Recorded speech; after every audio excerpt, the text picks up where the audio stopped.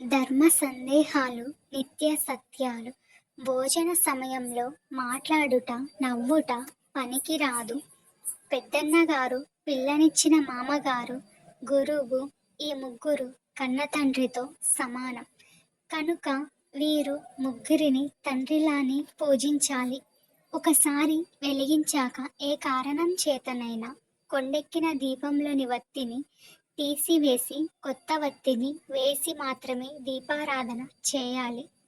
పాత వత్తిని మళ్ళీ వెలిగించరాదు. ఒక చెట్టును నరికే ముందు 3 చెట్లు నాటితే కాని ఆ దోషం పోదు. అన్నమును తింటున్నప్పుడు ఆ అన్నమును దూషించుట కాని, కోపముతో అన్నం పెట్టేవారిని తిట్టుట కాని చేయరాదు.